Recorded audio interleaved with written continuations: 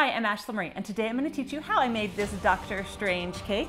This was such a fun one to make. I love making movie-themed cakes and foods, and I have a lot of fun cakes planned for the upcoming movie season, so don't forget to subscribe so you don't miss anything, and let's get started. The very first thing for any cake is to start with the elements of the cake that need to take the longest to dry or to set. Now for us, that's going to be the collar because it has to stand up on its own. My 5-inch cake pan is only 4 inches tall, so I added an extra 2 inches by adding a little piece of Tupperware that has a nice stable base to it. And I found this box is about the right size. It's going to come around our neck and kind of come straight. We're going to add some cardstock to the bottom of this, and it's going to help it flare. So I have 3 pieces. I have this curved piece that we're going to put around the back and is going to help the back flare. And I have 2 side pieces that are going to come right here on the side and then create that flare here. I have created a little template that you can print and cut if you want. There'll be a link in the description box down below.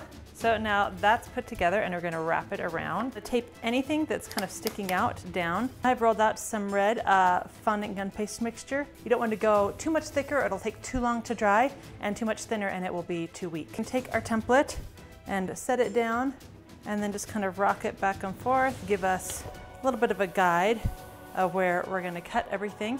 We want to cover our template with some plastic because, you know, plastic is food safe. I'm going to trim off the excess from both sides. We want these wings to flip out, so I'm going to get something straight and tape it here to the bottom. So our totally ghetto setup for the collar is done. Now we're just going to leave it off to the side to dry. Next up, we're going to work on the amulet that Doctor Strange wears around his neck, and that is the Eye of Agamotto. I'm just going to lay this over, and using a toothpick or something else sharp that will give a nice impression, we're just going to make a little impression of these lines that I can use as a guide for cutting. I got this 4-inch ball pan. It has just a little bit of curve. Weed out the areas we don't need, and then cut and pull the extra away. And now we have that logo. Then I rolled some about 1/3 of an inch thick, and I've pressed my circle down into it. That's going to give us our eye. Now we have our basic shape we can take to kind of rounding it out. Now we're going to soften this edge. This also has a lot of markings in it. We're going to take the time to address right now. Remember, you're just trying to make an impression. You're not actually trying to cut away. Now we're going to work on the center of the eye, and I put a little half circle ball right in the center of it. I have my extruder with a triangle shape and some of this same yellow fondant in it. We're going to extrude out the top half of the eye with the triangle and then come around the other side and do the other half. Now we're going to take some more of that triangle and cut a little triangle piece out of it ourselves. Now we're going to use it to fill in this side eye area. And now this area is dimpled, so we're just gonna, that also kind of hides the fact that it's an additional piece and makes it look more seamless. Once again, there's lines and details in every aspect of this. So just use your picture as a guide and make a bunch of lines.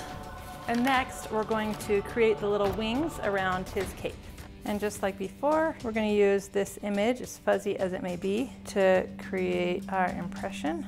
Once you have one and you're happy with it, it's actually easiest to get them to match, to turn it around and set it down on top of the fondant. And then you know that they'll be exactly the same when you use that as a guide like that. This has a lot of cutouts, but that's going to make the fondant really delicate. So we're not going to do that. We're just going to create indentations, some deeper than others, to give the impression of those cutout areas. First off, the wing shapes. Now we've made a bunch of lines. I took a small mini spatula and have angled at each of those half circles that we'd made to give it some depth and texture. And now we'll just take some of these little areas and press them down a little bit. That will give that impression like they're more cut out. Now that bottom layer though, I am going to cut some out of. We have these 2 pieces that he wears on his fingers for some of his magic. So we want to cut a very long triangle, about 1/2 of an inch thick. And then with a flat top and kind of this finger mark area, soft area at the bottom. And then we're going to add little circles on the outer edge and little lines right here. And then finally it's time for us to add our little finger areas. I'm going to use this as a guide for how thick our finger things are. And then you're using some kind of clear alcohol. Clear vanilla or almond extract work just fine. We're going to press our finger slots into place. And we're going to widen it out, make it look more rounded for fingers. Granted, not our fingers, but this cake is obviously much smaller than an actual human. Then just fill in little details again, like always. And our very last piece are these finger holes right here. Now this one looks a little simpler in its design. It has impressions of triangles along the top of this. And add the finger holes again, just like before. All right, we only have one piece left. And that is this big dark circle. And the only reason that I'm going to make that beforehand is just because we're going to be attaching so many things to it. It'll be more helpful if it's dry. So we have some brown fondant. I've rolled it out about 1/3 of an inch thick. Use that same circle again. And then we're going to take a tip 2A and cut the center out. And then I'm going to bring it to a kind of a point closer to the center. And we're going to make an indentation all the way around. And it's finished. We're going to add it to the rest of our collection.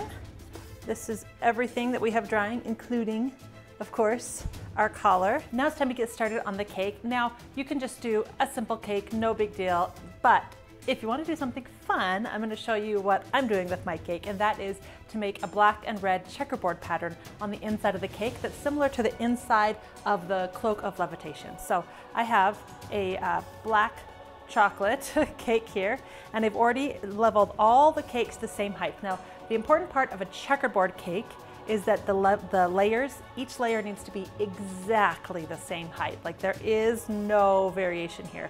So I cut one, and then I used that one as my guide to cut all the rest so they're all perfectly even. And I'm going to cut this perfectly in half. Decide where you're going to put it. Hold everything nice and still, including the knife, and just spin around, letting the turntable do the work for you. Once you have all of those leveled, then it's time to cut our inner rings. So each cake is going to have a center circle and then 2 outer rings. You want to center this, and then holding your knife straight up and down, you just want to go around. Now it's time to stack and frost the cake. So we're going to put a little bit of chocolate ganache down, and that's going to hold the cake in place. Then frost and stack, making sure that you alternate every layer, black, red, black, red, black, red. A double barrel cake is basically a 2-tiered cake, but instead of one being like 6 inches and one being 8 inches, thus creating the tier look, they're the exact same size. We have one full cake right here, and we have another full cake that's going to go right here. Now if we just stacked the other one right on top and kept building this, it would actually break apart these layers because it's so heavy. What we're gonna do is treat this just like a tiered cake. We're gonna dowel it. We're going to put a cake plate in between, and then that's going to be the strength to hold up the other one. So it will look like one big tall cake, but in reality, it's 2. Now this cake is inspired by Dr. Strange's outfit, his clothing and his accessories. So this dark blue is his undershirt. So we're going to use it for the top of the cake. This is going to be that area underneath his kimono type jacket, and his shirt underneath has a lot of ripples and folds in it. I've rolled this a little bit thinner so that I can create ripples and folds in this. And we're just going to keep adding folds. Now I'm going to cut away the side that we don't need and then cut around the top. I'm just going to follow the line of the cake. Right down the center there should be a line. We're going to make the pleats for the front of the cake. I rolled it out really thin, and I have my rolling pin underneath. So this is kind of a weird technique, so bear with me. Once I've come to the place that, okay, it's time for another pleat, I'm gonna press my rolling pin back over that fondant, lift it up and pull it away, and then just kind of lightly create a crease right there and come back and do it again. And then this way, as you can see, I'm getting nice straight lines to my creases, and I can make them closer or farther apart as I want. Now go ahead and attach that pleated area to the front of your cake at a diagonal angle, and then trim the edges, side, top, and bottom. So now I have rolled out these long blue strips, and they are going to be our detailed work right here. Now his belt comes around here and has this angled piece. That's what's wrapping around, that's what we're looking at. So I've cut this a little bit wider and angled, and we're gonna start that right here and then wrap our way around. In the back where it meets, cut the line. This part of the belt is mostly covered with these other strands we're gonna add in a minute, but you can see that there's this section right here that's covered in lines, and then there's these other lines kind of every so often around the belt. So we're gonna use our tools and take care of that now. I'm going to use this mat that has a little bit of a pattern to it.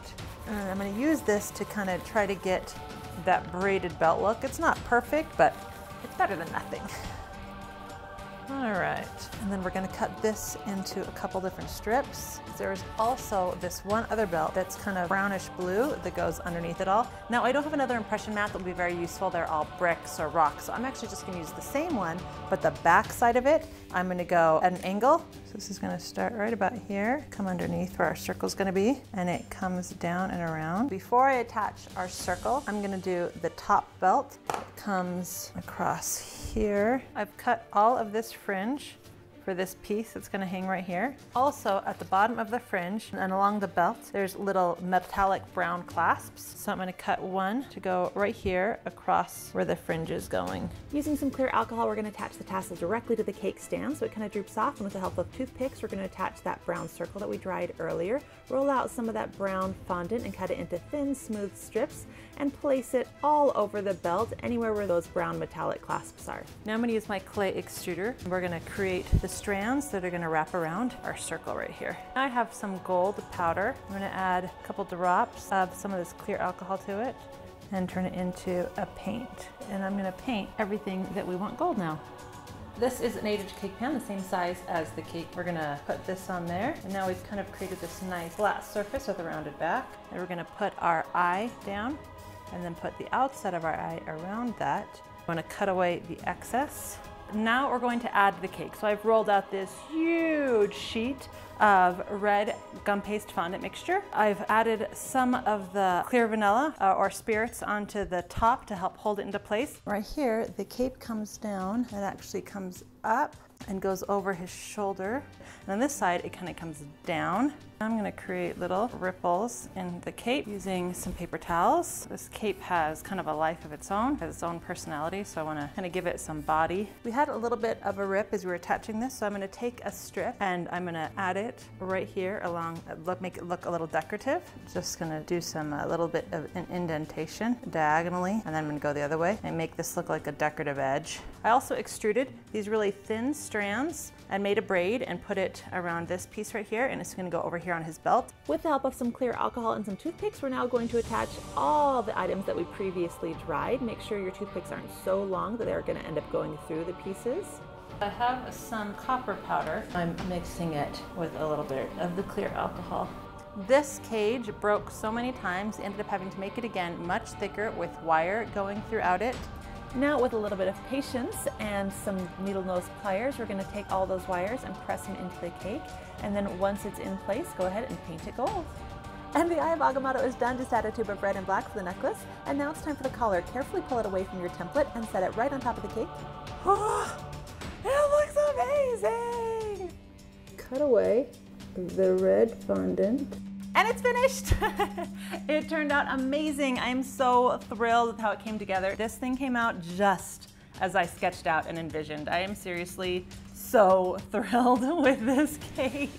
Now, I am a huge Marvel fan and I'm a huge movie fan, so I'm so excited for the upcoming season. Do you have a favorite Marvel character, whether it's a hero or a villain? I would love to hear that down below in the comments if there's somebody that you think I should focus on for a cake or a dessert. Now, I'd also love to hear what you're looking forward to. Obviously, I'm really excited about this movie. I'm also excited about Guardians of the Galaxy 2. So if there's a movie coming out in the next year that you would like to see a cake on, don't forget to let me know that as well. Now, if you use this tutorial, and I really hope you do, it was so much fun, don't forget to tag me on social media so I can see your creations. And now, woo, we get to cut into it. Let's see how the inside of the cake turned out. What do you think? Does that look like the inside of his cake? So the inside of our cake worked. You can see the pattern of that checkerboard inside, just like the inside of his cape. I'm super thrilled with this. Now comes the best part. We get to eat. Oh yeah. You know I love my chocolate. How about you? Chocolate or red velvet? I'm a chocolate fan, not really a red velvet fan. But hey, at the end of the day, cake is cake. Thanks for watching.